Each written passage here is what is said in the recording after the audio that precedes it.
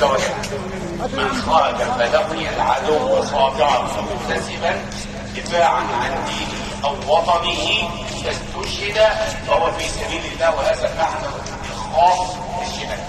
هناك المعنى العام للشهاده: فالمظلوم شهيد، والمطعوم شهيد، والحريق شهيد، والغريق شهيد، ومن مات في الهدم فهو شهيد. وعندما عد النبي صلى الله عليه وسلم هذا النوع من الشهاده عد ما كان موجودا في عصره من الحريق او الغريق، ايضا يقاس على ذلك. طب انا بقول لك انا مش عارف هو حد بيصور له. الله اكبر، الله اكبر. طيب خلاص قبل ما تيجي خلينا نطلع بقى في المره.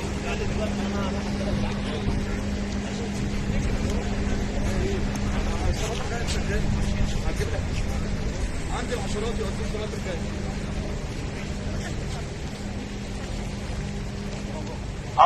الله اكبر، الله اكبر. السلام عليكم ورحمه الله.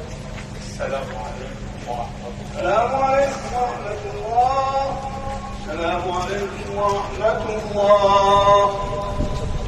يا نفيسة اللي كله مقيسة يا قلبك يا ست نفيسة.